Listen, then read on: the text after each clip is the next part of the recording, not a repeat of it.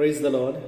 ప్రభు అయిన యేసుక్రీస్తు నామమున ఈ కార్యక్రమాన్ని వీక్షిస్తున్న మీ అందరికీ శుభములు తెలియజేస్తున్నాను. విజన్ క్యూటీ ఫెలోషిప్ వారి యేసుతో ఏకాంత సమయం ఈ క్వైట్ టైం కార్యక్రమానికి మిమ్మల్ని ప్రేమతో ఆహ్వానిస్తున్నాను. మనం ఈ రోజు నుండి క్రొత్త పుస్తకాన్ని ధ్యానించబోతున్నాం. అది మార్కు సువార్త.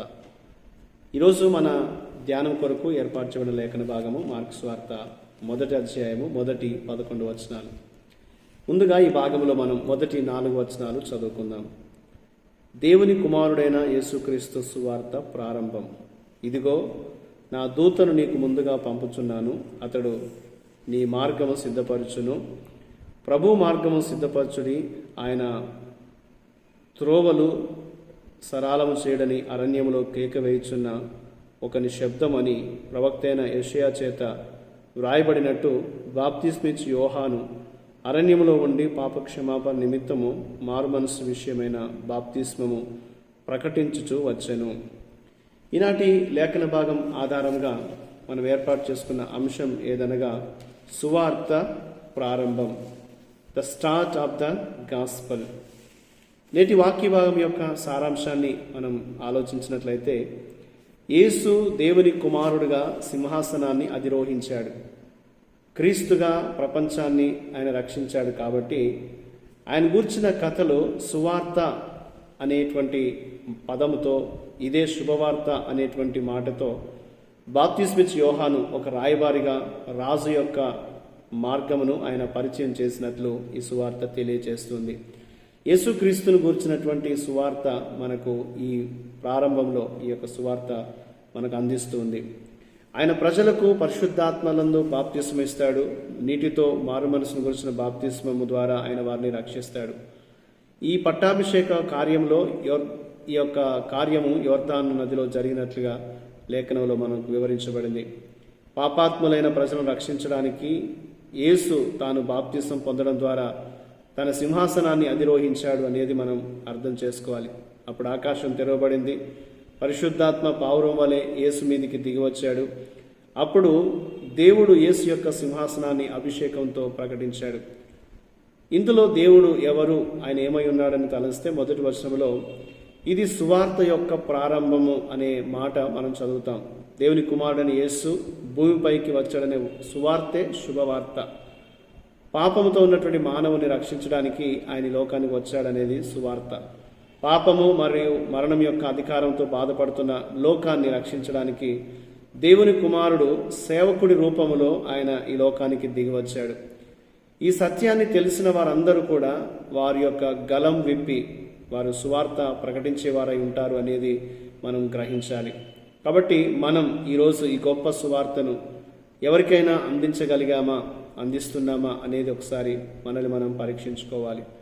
ఇందులో దేవుడు నేర్పే పాఠాన్ని మనం గమనిస్తే, దేవుడు మనకు ఏ రీతిగా మన జీవితాల్లో ఆయన కార్యం చేస్తాడో దాన్ని గుర్తించాలి. యోహాను ఏలియా వలె మెస్సయ్య రాకడం తెలియజేయటకు పంపబడిన వాడు యోహానుగా మనం చూస్తూ ఉన్నాం. మరియు ఈ అరణ్యంలో కేక వేసే ఒక శబ్దం అని యోహాను గురించి చెప్పబడుతుంది. ఈ నూతన నిర్గమమును సిద్ధపరచుటకు మెస్సయ్య ద్వారా నడిపించబడినవాడు.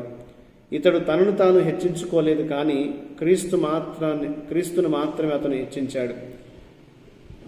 మన జీవితాల్లో మన పరిచర్య కేవలము క్రీస్తును మాత్రమే వెల్లడిపరుస్తుందా, లేదా మనల్ని మనం చూపించుకుంటున్నాం అనేది మనం ఒకసారి యోహాను జీవితం నుంచి నేర్చుకోవాలనేది దేవుడికి జ్ఞాపకం చేస్తూ ఉంటున్నాడు. కాబట్టి మానవాల్ని రక్షించడానికి యేసు ఈ లోకానికి దిగి వచ్చాడనే ఆ సువార్తను ప్రారంభమును మనం ఈ యొక్క మార్కు సువార్త 1వ అధ్యాయంలో మనం చూస్తూ ఉన్నాం. ఈ సువార్తను ఎరిగినటువంటి మనము దీని కొరకు మనం జీవించాలి, ఈ సువార్తను ఇతరులకు అందించాలి అనేది దేవుడు జ్ఞాపకం చేస్తున్నాడు. అంత మాత్రమే కాకుండా యోహాను జీవితంలో నుండి మనం నేర్చుకోవాల్సిన పాఠం ఏమనగా, ఆయన ఎలాగైతే అరణ్యములో ప్రభు కొరకు సేవ చేశాడో, ఆయన శబ్దముగా ఉన్నాడో, మనం కూడా క్రీస్తును ప్రకటించే వారంగా ఉండాలి.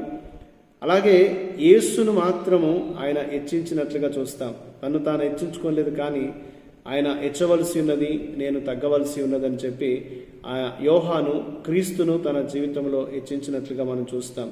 కాబట్టి మనం చేస్తున్నటువంటి పని, మనం చేస్తున్న పరిచర్య కేవలము క్రీస్తును మాత్రమే వెల్లడిపరుస్తుందా, ఆయన మాత్రమే హెచ్చిస్తుందా అనేది మనం పరీక్షించుకోవాలి.